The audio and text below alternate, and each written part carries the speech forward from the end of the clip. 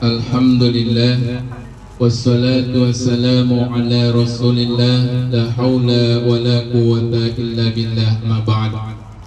Yang saya hormati sahibul bait, sahibul musibah beserta keluarga besarnya, itu Ibu Vera beserta almarhumah Ibu Vera beserta keluarga besarnya dan keluarga besar suami. Dan yang saya hormati para orang tua kami, Pak Haji, Pak RT, ibu-ibu, bapak-bapak sekalian yang tidak saya sebutkan namanya satu persatu tanpa menghormati saya kepada ibu dan bapak sekalian.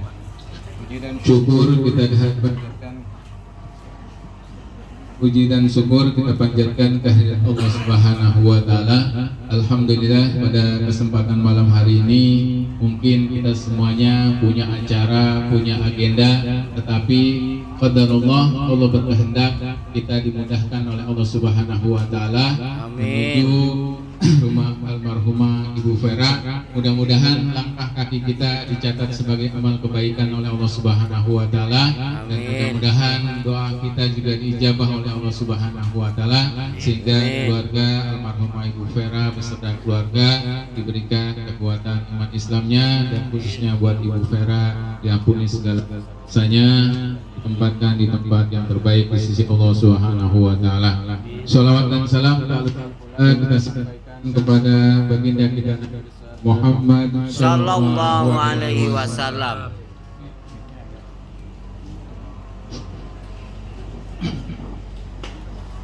Pada kesempatan malam hari ini saya tidak mengajarkan kepada bapak sekalian. Saya sekedar fatawasau bil haq, fatawasau bis sabr. Biasanya saya setiap mimpin tahlil atau yasin selalu saya gabungkan dengan majelis ilmu, karena ketika kita hanya sebatas membaca suratul yasin dan tahmid serta tahlil, tidak ada sesuatu mungkin sedikit yang membekas dalam kejiwaan kita, hanya ketenangan. Tetapi ketika disampaikan nilai-nilai keilmuan, insya Allah ini memberikan nilai manfaat, khususnya buat saya yang menyampaikan, umumnya para jamaah sekalian. Para jamaah sekalian yang insya Allah dimuliakan oleh Allah Subhanahu wa taala, kegiatan-kegiatan yang berkaitan dengan hal seperti ini, acara 3 hari, 7 hari, 40 hari, sebenarnya memang di dalam Islam secara nas tertulis itu tidak ada. Tetapi kalau kita kumpulkan secara nas-nas hadis itu, seperti misalnya silaturahim, di sini kita ada silaturahim. Doa mendoakan Rabbana ighfir lana wa li ikhwanina alladzina sabaquna bil iman. Kita diperintahkan untuk saling mendoakan orang-orang yang telah meninggal mendahului kita. Di sini kita bisa membaca Al-Qur'an, bertasbih, bertahmid. Mungkin kalau seandainya kita tidak diundang di sini, mungkin ya Bu ya, kita di rumah ada di depan TV nonton sinetron. Benar nggak Bu? Tapi ketika di sini kan kita membaca Al-Qur'an. Nah, mungkin ada sebagian orang yang meremehkan membaca Al-Quran, tahmid dan tahmid seperti sekarang ini. Padahal ketika nanti orang-orang ketika meninggal dunia yang digambarkan di dalam Al-Quran itu, di surat Al-Munafiqun itu ada wa anfiqu mimma razaqnakum min qabli ayyati ahadakumul maut fayaqula rabbi laula akhartani ila ajalin qarib. Intinya memang pada konteks ayat itu berkaitan dengan sedekah, berkaitan dengan harta. Kalau di tafsir Ibnu Abbas itu, ini berkaitan dengan orang-orang yang ketika di dunia diberikan harta yang banyak, tetapi dia tidak mau membayar zakat dan tidak mau berangkat haji. Secara globalnya tafsir. Tetapi secara umum ini berkaitan dengan bagaimana di dunia ini kita mempersiapkan untuk bakal kita nanti di akhirat. Sehingga ada ucapan dari orang-orang yang ketika mau menjelang akhir hayatnya, mereka mengatakan, ya Allah, jangan matikan saya sekarang ini, kembalikan saya ke dunia, di saya akan melakukan amal soleh. Nah, dalam konteks ini, kalau kita baca rahasia kematiannya Imam Al-Qurtubi, itu banyak digambarkan tentang begitu berharganya 1 detik, 1 menit seorang yang sudah meninggal ingin dikembalikan ke dunia itu, ucapan-ucapan sekedar kita mengucapkan subhanallah, subhanallah wa bihamdih, itu luar biasa nilainya. Itu gambarannya seperti kita ada di padang pasir, terus di situ tidak ada air sama sekali. yang ada hanya setetes. Berharga nggak kira-kira Bu? Di tengah gurun pasir, di situ tidak ada air, tidak ada makanan dan lain sebagainya. Di situ kita dalam kondisi kehausan, tidak ada tempat untuk minta tolong, hanya ada tetesan-tetesan air. Kira-kira berharga nggak itu? Berharga. Banget. Nah, berharga sekali bagi orang-orang yang telah meninggal dunia ketika kita doakan seperti ini. Ini luar biasa gembiranya orang-orang yang telah mendahului kita. Karena kalau Ibu nih sekarang kan udah banyak YouTube nih Bu ya. Coba Ibu sering tonton dah orang-orang yang mati suri. Orang-orang yang mati suri itu banyak diberikan gambaran-gambaran tentang setelah meninggal dunia apa yang dia rasakan. Itu banyak itu. Walaupun mungkin orang banyak yang menyepelekan, tapi di dalam Islam itu memang ketika itu digambarkan oleh Allah, tujuan Allah adalah untuk memberikan gambaran kepada kita yang masih hidup bahwa nanti ada saatnya kondisi itu akan kita alami. Dan banyak coba Ibu buka ada di YouTube tentang orang-orang yang mati suri. Ada yang ketika dia digambarkan sakaratul mautnya luar biasa. Dia digambarkan ketika dikubur, dia ditanyakan tentang ini. Bahkan saya yang sempat berkaitan dengan ayat ini tadi, ada orang mati suri bercerita bahwa ketika nanti dia dicabut ruhnya, dan memang kata Rasulullah akan ditampakkan seluruh amal-amal yang pernah kita lakukan di bumi ini, maka dia menyatakan bahwa sampai ada uang 1.000 perak di kantong lepisnya, itu kebayang. Dia berharap bahwa uang yang 1.000 itu saudaranya impakan buat dia. Bayangkan Bu, uang 1.000 tergambar di dalam wajahnya, di dalam matanya, dikasih tahu sama Allah bahwa ada di gantungan celana belakangnya, di celana lepis ada 1.000 perak, dan dia ketika kondisi itu berharap bahwa uang itu mudah-mudahan ada yang tahu dalam keluarganya dan mengimpakkan uang itu untuk dia. Bayangkan sebegitu berharganya amal kebaikan bagi orang yang sudah meninggal. Nah, makanya beruntung bagi orang-orang yang mempersiapkan anak-anaknya yang ingat momen-momen seperti ini. Karena bisa jadi di antara kita semuanya kan ikhlas nggak mau datang kemari? Ikhlas. Bisa jadi di antara kita ada Bapak Haji Sumanto, setiap hari dia di masjid, mudah-mudahan doanya dijabah. Ada suaminya yang benar-benar ikhlas, ada bapak-bapak haji yang benar-benar, ada ibu-ibu sebagai teman sahabatnya yang ketika saya ucapkan mudah-mudahan Allah ampuni segala dosanya, amin. Mudah-mudahan ketika diijabah oleh Allah Subhanahu wa taala, mudah-mudahan Ibu Pera ini ditempatkan sesuai dengan hajat suaminya, hajat keluarganya, ditempatkan yang terbaik di sisi Allah Subhanahu wa taala. Maka acara-acara semacam ini itu terlepas dari kontroversi orang dengan berpemahaman apapun, kita punya keyakinan bahwa kita niat karena Allah Subhanahu wa taala, kita ada dalil-dalil yang mengajarkan kepada kita bahwa kita diperintahkan untuk mendoakan saudara-saudara kita yang telah mendahului kita. Karena pada prinsipnya kita adalah innamal mu'minuna ikhwah, sesungguhnya mukmin itu bersaudara, diikat oleh kalimat la ilaha illallah Muhammadur Rasulullah. Ibu bapak sekalian yang insya Allah dimuliakan oleh Allah Subhanahu wa taala. Kalau di Al-Quran itu kita banyak menemukan itu penyesalan orang ketika di dunia ini tidak bisa memaksimalkan nilai ibadahnya. Itu digambarkan tadi di surat Al-Munafikun. Ada lagi, ibu-ibu sering baca surat Al-Mulk nggak? Ya, coba lanjutin. Alam ya'tikum nadhir. Terus qalu bala qad ja'ana nadhiru fakadzabna wa qulna ma nazzalallahu min syai'in in antum illa fi dhalalin kabir wa qalu law kunna nasma'u aw naqilu ma kunna fi ashabis sa'ir. Nih, tolong ya. Ini surat Al-Mulk ini diapalin. Penting kan kata hadis, kata di kitab Riyadhus Shalihin itu riwayat Imam Abu Daud itu 30 ayat yang bisa memberikan syafaat itu adalah surat Al-Mulk. Nah, kita khawatir ketika kita nggak hafal, yang namanya manusia ya, di akhir-akhir usia mata kita udah nggak bisa ngeliat Al-Quran. Tapi kan kalau kita bisa hafal, kita bisa baca. Di akhir-akhir usia ya, kita mudah-mudahan nggak sampai sebegitunya. Tapi banyak di antara kita yang mungkin di akhir-akhir usia umur 70 mata udah nggak ngeliat Quran. Tapi kan kalau sudah hafal, bisa mendawamkan surat itu menjadi sebuah wasilah kita terbebasnya dari azab kubur, menjadi syafaat buat kita. Nah, ayat itu kenapa dianjurkan untuk dibaca oleh Rasulullah SAW? Intinya kalau kita pahami ayat-ayat itu mengingatkan kita. Alam ya'tikum nadhir. Ini kondisi cerita di mana orang-orang pada saat itu disiksa oleh Allah Subhanahu wa taala di dalam neraka. Kemudian malaikat bertanya, "Alam ya'tikum nazir?" Apakah belum ada orang yang mengingatkan tentang kejadian ini? Betul nggak? Nih, saya bagian dari orang yang mengingatkan tentang kejadian neraka. Karena sebenarnya ayat itu berkaitan dengan Rasulullah. Tapi Rasulullah kan kemarin turun-temurun, para ustadz, para alim ulama, para kiai menyampaikan, belumkah engkau mendengar satu berita tentang siksa neraka? Pasti jawab kita, qalu bala, benar ada. Tapi jawabnya apa? Dulu saya mendustakannya. Kata malaikat, kalau bahasa orang Betawinya mah, kemarin kemana aja lu, sekarang lu rasain tuh, bener nggak? Iya. Kalau kata orang Betawi mah, kan anak kita suka dibilang kalau naik motor hati-hati tong. Malah sengaja, tahu jatuh, kata orang tuanya, lu rasain tuh. Nah, ini ada suatu kondisi digambarkan di dalam surat Al-Mulk itu, ketika orang-orang di situ disiksa dengan luar biasa siksanya, malaikat sambil nyiksa nanya, apa belum ada dulu waktu kamu hidup di dunia yang memperingatkan hal semacam ini? Jawab mereka, ya ada, tapi saya dulu mendustakannya, saya mengabaikannya, saya lebih mementingkan kepentingan duniawi saya. Nah, ini realita. Makanya Allah nggak mau digugat. Makanya sekarang dia sampaikan di dalam Al-Quran, Allah kan nggak mau digugat nanti di akhirat. Ini belum ada beritanya. Ada, udah beritanya. Dan hal itu banyak.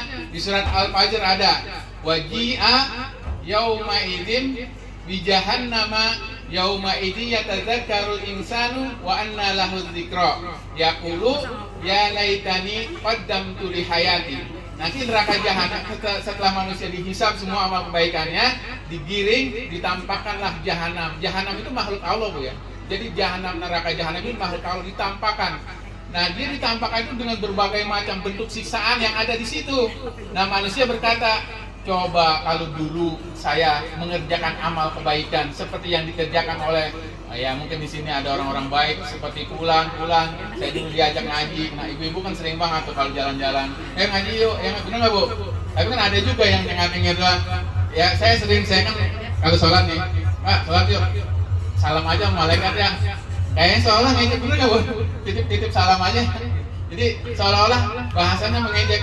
Nanti dia akan merasakan ucapan-ucapan ini memang sengaja Allah gambarkan di dalam Al-Quran supaya manusia nanti tidak menggugat Allah. Sudah disampaikan semuanya berkaitan dengan hal surga digambarkan ada, neraka ada, siksa kubur ada, segala macam yang berkaitan dengan nanti konsekuensi kita hidup di dunia sebagai makhluk Allah yang diciptakan. Wa ma khalaqtul jinna wal insa illa liya'budun. Semuanya Allah sudah beres sampaikan semuanya. Maka nanti tidak ada, yang ada kita nyesel. Ada penyesalan nanti. Penyesalan itu ada gunanya enggak? Ada. Tidak ada. Penyesalan itu sekarang. Makanya beruntunglah kita yang sering datang ke acara-acara seperti ini. Mungkin ada momen-momen ketika saya sampaikan begini tersentuh, benar juga ya. Mungkin ada juga yang pernah mengalami satu kondisi seperti ini, dan mudah-mudahan ini bagian dari pengingat. Jadi pengingat bukan buat ibu-ibu, tapi buat bapak-bapak, buat saya pribadi yang menyampaikan. Ini penting. Watawassaw bil haq, watawassaw bis sabr. Jadi manusia itu sering lupa dan kita saling ingat mengingatkan. Surga itu terlalu luas buat kita, makanya ajak tetangga-tetangga kita. Amin. Makanya ada sebuah prinsip itu, kalau kita bisa menikmati indahnya, enaknya kita beribadah kepada Allah Subhanahu wa taala, maka ajak saudara-saudara kita. Makanya kalau kita punya makanan enak kan kita ingat sama anak kita, benar nggak Bu? Betul. Iya, sama tetangga juga mungkin kita kalau sebelahan yang mungkin kita beli makanan kebanyakan, itu begitu. Nah, sama juga dalam ibadah. Ketika ibu-ibu sudah merasakan nikmatnya berzikir bersama, saling ingat mengingatkan, ajak saudara-saudaranya. Itu bentuk bagian dari la yu'minu ahadukum hatta yuhibba li akhi ma yuhibba li nafsi. Belum dikatakan seseorang itu beriman dengan iman yang sempurna sebelum dia mencintai saudaranya seperti dia mencintai seperti dirinya sendiri. Nah, ini adalah bagian kita melaksanakan hadis tadi. Kita mencintai Ibu Vera karena dia adalah bagian dari innamal mu'minuna ikhwah. Mudah-mudahan apa yang kita lakukan pada kesempatan ini menjadi wasilah diampuninya dosa-dosa Ibu Vera. Dan ketika ini saya sampaikan, ada orang-orang yang tergugah jiwanya untuk bertaubat kepada Allah, memperbaiki diri, mendekatkan diri kepada Allah Subhanahu wa taala. Itu bagian dari amal jariah, karena asbabnya saya ngomong begini adalah disebabkan saya diundang di sini. Jadi asbab-asbab itu perlu kita ciptakan, Bu. Asbab itu perlu kita ciptakan, karena dalam Islam itu multi level marketing itu memang udah ada. Jadi kata Nabi itu, barang siapa mengajarkan satu kebaikan, maka dia akan mendapatkan kebaikan orang tersebut tanpa mengurangi pahala orang tersebut. Jadi jangan pernah merasa rugi kalau kita ngajak orang lain untuk kebaikan, karena kita akan mendapatkan kebaikan itu. Jadi Islam sudah mengajarkan bagaimana kita berinvestasi di akhirat sebanyak-banyaknya, bukan investasi dunia saja. Karena banyak orang tuh mindset sekarang dalam dunia pendidikan itu, orang yang disebut sukses itu orang yang rumahnya banyak, mobilnya mewah, itu yang disebut orang sukses. Padahal kesuksesan di dalam beragama itu adalah bagaimana ketika akhir hidupnya dia mengucapkan kalimat La ilaha illallah. Bagaimana itu bisa terjadi? Gak mungkin orang-orang yang mengejar harta benda siang malam tanpa memikirkan mendekatkan diri sama Allah bisa ngucapin itu. Makanya kadang-kadang saya sering juga kalau kami istri itu sedikit menggambarkan bahwa kira-kira nih ada orang punya rumah 5, punya villa 10, yang ditempatin 1 atau 2, Bu? 1. Kira-kira kamarnya 5, yang ditempatin 1 kamar atau 5 kamar? 1. Ya kan? Terus yang bayar pajak siapa? Yang bayar pajak yang punya apa orang lain? Yang punya. Yang tempatin siapa? Orang lain. Nanti yang ketika dia mati dihisab siapa? Yang punyanya. Yang rugi siapa? Nah, makanya orang itu juga harus punya logika yang baik tentang bagaimana tanggung jawab harta yang Allah berikan kepada dia. Makanya diingatkan, wa'anfiqu mimma razaqnakum min qabli tadi. Jadi harta boleh sebanyak-banyaknya kita kumpulin, tapi bagaimana harta itu bisa menghantarkan kita ke surga. Amin. Yang penting kita nggak boleh jadi orang miskin dalam Islam, mesti jadi orang kaya, karena zakat, infak, sedekah semuanya berkaitan dengan harta. Tapi bagaimana manajemen harta itu sesuai dengan syariat Islam. Amin. Nah, kita punya villa 10, ya yang 10 dikontrakin, sebagian ada yang sudah dipersiapkan. Ini nih kontrak yang ini nih buat anak yatim yang di sana. Ini kontrak villa yang ini buat orang dua apa yang di sana. Semuanya serba diinvestasikan untuk bekal di akhirat. Anak-anaknya disafetykan. Benar memang, karena di dalam Islam itu nggak boleh meninggalkan anak cucu dalam keadaan lemah, nggak boleh. Kita harus meninggalkan anak cucu kita itu baik secara ilmu, ketauhidan maupun secara finansial, supaya mereka nanti tidak menjadi orang yang meminta-minta. Nah, ini penting. Nah, makanya kita mesti mempelajari tentang bagaimana manajemen harta, bagaimana di dalam Islam, bagaimana manajemen ilmu supaya ilmu itu menjadi jariah. Nah, ini penting di dalam kita untuk menambah pemahaman kita di dalam Islam, sehingga yang disebut dengan berislam itu bukan kayak gini doang, bukan ngaji doang, yasin, baca Quran, musik, bukan. Ada konteks-konteks lain seperti mungkin Pak RT, ketika dia bisa mengamankan lingkungannya menjadi lingkungan yang aman, nyaman, orang bisa beribadah, tenang semuanya. Itu menjadi amal ibadah yang luar biasa sebenarnya. Tinggal orang bagaimana memahami tentang bahwa semua aktivitas kita dari bangun tidur sampai tidur lagi itu semuanya adalah ibadah. Bagaimana caranya? Bismillah, kita niatkan semuanya karena Allah Ta'ala. Dan orang-orang yang hidupnya lillah itu lebih enak, lebih plong dibanding orang yang hidupnya karena manusia. Nih, banyak kasus-kasus di dalam keluarga. Kalau suami istri nih, kalau dia hidupnya karena ego, itu berantem mulu. Tapi kalau dia hidupnya karena Allah, suami menyayangi istri karena Allah, capek lelah semuanya karena Allah. Istri pun melayani suami bukan karena suami, karena Allah memerintahkan dia untuk mengabdi sama suaminya. Suami pun berbuat sesuatu kebaikan buat istrinya bukan karena istri, tetapi berbuat karena Allah. Maka ketika dua-duanya ini semuanya karena Allah, semuanya akan plong, lega, karena semuanya lillah, ingin mengabdikan diri kepada Allah Subhanahu wa Ta'ala dan ingin mendapatkan nilai ibadah. Beda sama ego, pulang-pulang kerja capek bener, enak bener lo bilang gitu. Suami nih, saya orang Betawi itu pantangan nyuci piring, masuk dapur itu pantangan biasanya. Tapi ketika kita paham tentang agama bahwa suami yang baik adalah suami yang meringankan beban istrinya, ya kita terpanggil lah untuk bagaimana meringankan beban istri. Tapi kalau kita ngikutin ego, laki-laki itu tugasnya nyari duit, semuanya serba istri. Istrinya marah-marah mulu karena semuanya dibebankan sama dia, benar nggak, Bu? Tapi ketika suaminya paham tentang agama bahwa suami yang baik adalah suami yang paling memberikan kasih sayang terhadap keluarganya, ya suaminya berusaha untuk bagaimana memberikan yang terbaik buat istrinya akan nyaman. Nah, begitu pula suami istri, ketika dia tahu ridho suami itu yang bisa menghantarkan dia ke surga, bagaimana supaya suaminya ridho terhadap dirinya, tentu dia akan selalu berbuat baik. Maka penting kita untuk terus mendalami nilai-nilai Quran, baik untuk dalam kehidupan keluarga kita maupun kehidupan yang setelahnya berkaitan dengan amal kebajikan. Mungkin ini yang bisa saya sampaikan. Mudah-mudahan ini bisa bermanfaat buat saya pribadi dan jamaah sekalian. Sekedar saling ingat mengingatkan, surga itu luas. Mudah-mudahan kita semuanya di sini dimasukkan ke dalam surganya Allah Subhanahu wa taala. Al-Fatihah. A'udzubillahi minasyaitonir rajim. Bismillahirrahmanirrahim. Alhamdulillahirabbil alamin arrahmanir rahim maliki yaumiddin iyyaka na'budu wa iyyaka nasta'in ihdinas siratal mustaqim siratal ladzina an'amta 'alaihim ghairil maghdubi 'alaihim waladdallin. Amin. Ini ada infak beras ya? Mau diserahkan.